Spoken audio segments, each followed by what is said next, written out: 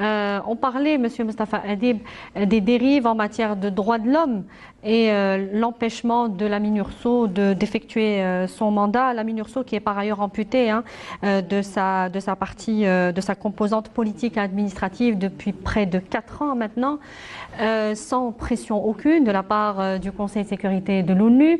Quelle est l'ampleur, vous qui avez été soldat dans l'armée royale, quelle est l'ampleur des dérives, de la répression marocaine contre les Sahraouis dans les territoires occupés?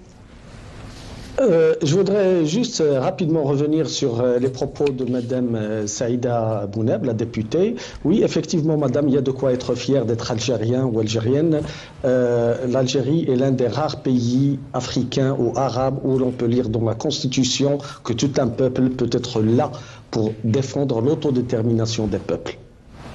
Il y a vraiment de quoi être fier. Et nous, au Maroc, libres Marocains, on vous envie pour ça. Je reviens à votre question.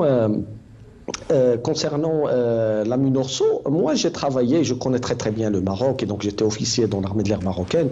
Et je peux vous confirmer que toute instance qui pourrait être introduite au Maroc pour gérer ce conflit, elle va être corrompue par le pouvoir installé au Maroc.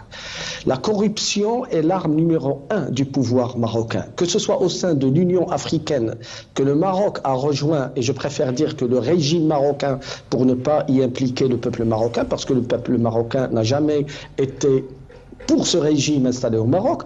L'arme principale du régime installé au Maroc, c'est la corruption. C'est pour ça que l'on voit, comme l'a dit votre invité, M. Barkouk, que vous lui avez posé la question concernant les pays qui changent d'avis concernant la réalité de l'existence de l'État et de la République arabe sahraoui, c'est uniquement par la corruption. Chris Coleman, tout le monde a entendu parler des emails dévoilés par le hacker anonyme dit Chris Coleman.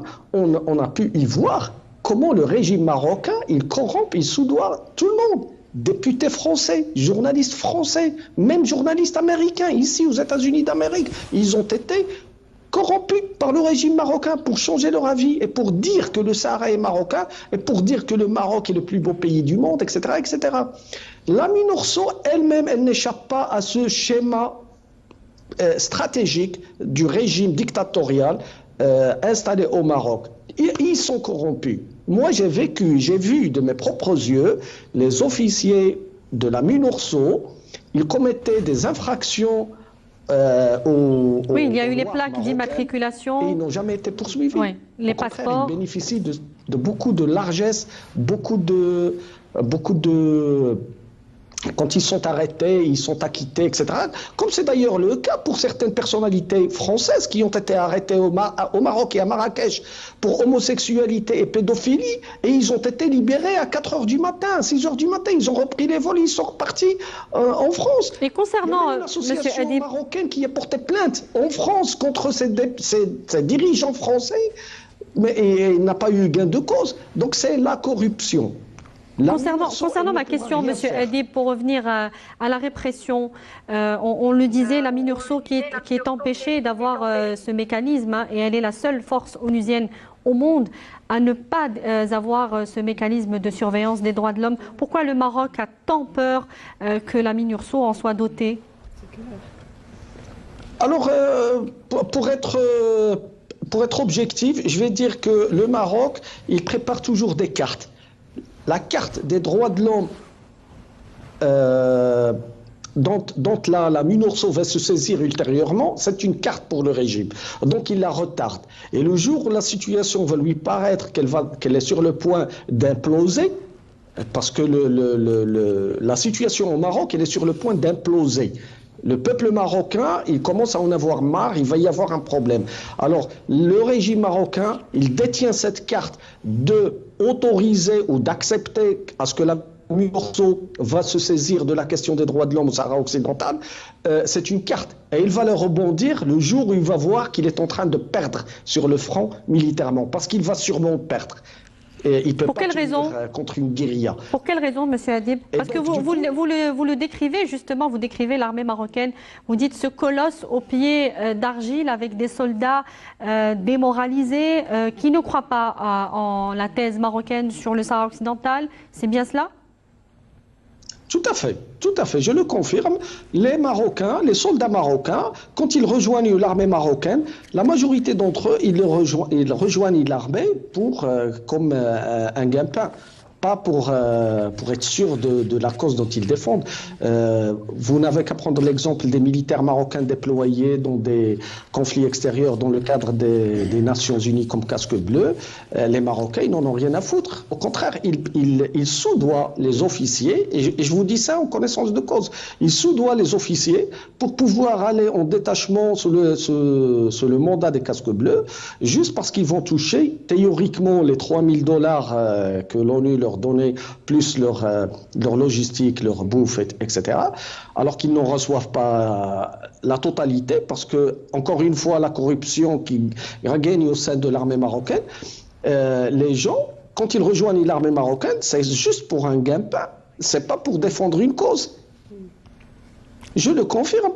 Et les soldats marocains qui ne sont pas reconnus comme prisonniers de guerre hein, lorsqu'ils sont pris en captivité. Alors ça, c'est le comble de l'histoire. Pour déclarer une guerre, au Maroc, il y a une constitution, même si elle est offerte, il y a une constitution qui stipule comment déclarer une guerre. Alors, la déclaration de guerre, elle n'a jamais été respectée au Maroc, non pas maintenant, quand l'armée marocaine, elle a dépassé le mur pour aller, soi-disant, faire évacuer les pacifistes sahraouis, des femmes, des enfants, pour les faire évacuer durant leur sit-in pacifique, c'était une violation du cessez-le-feu. C'était une violation du cessez-le-feu. Oui. Et normalement, un État qui se respecte, il devait déclarer cela comme étant un fait d'état de guerre. Donc, il devait passer au Conseil de ministres sous la présidence du roi Telé, dictateur dirigeant le Maroc. Ça devait être passé à ce qu'ils appellent le Parlement marocain, alors que ça n'a rien à voir avec les représentants du peuple marocain, parce qu'il n'y en a aucun qui représente réellement le peuple marocain. Ils sont tous choisis préalablement avant leurs élections. Ça devait respecter ces conditions. Ça n'a pas été respecté. Et je n'en parle même pas aujourd'hui. J'en parle pas à l'époque de Hassan II. 1975, le Maroc, il n'avait jamais déclaré officiellement qu'il était en guerre. Parce que le criminel Hassan II, il refusait de reconnaître qu'il y avait des Sahraouis qui voulaient s'autodéterminer.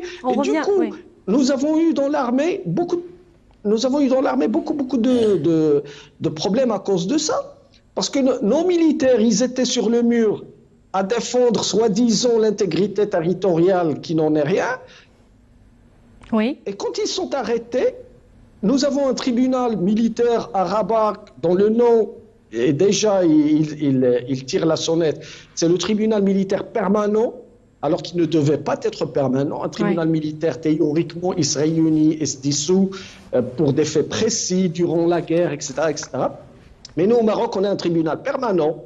Ça veut dire tout le monde, même les civils, ils peuvent y passer, c'est même pas les militaires.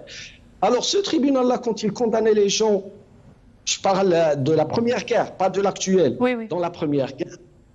Alors, selon le code de justice militaire, vous pouvez poursuivre quelqu'un selon la situation. Est-ce qu'on est en état de guerre ou en état de paix?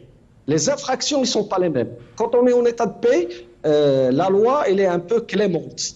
Mais quand on est en état de guerre... C'est la loi martiale. Oui. Voilà. Alors, un déserteur, par exemple, qui déserte le front... Comme vous, monsieur Moustapha Adib. Non, je n'ai pas déserté. Moi, vous êtes présenté comme déserteur dans beaucoup de médias. Vous êtes présenté comme un capitaine déserteur. Ça, c'est la propagande. Comment pourrais-je être déserteur alors que je vivais au Maroc et que j'ai mon passeport, je rentrais, je sortais du Maroc? Non. Moi, j'étais radié des rangs de l'armée par décision de ce roi Telé qui gère le Maroc, sachant que j'avais déposé une demande de quitter l'armée.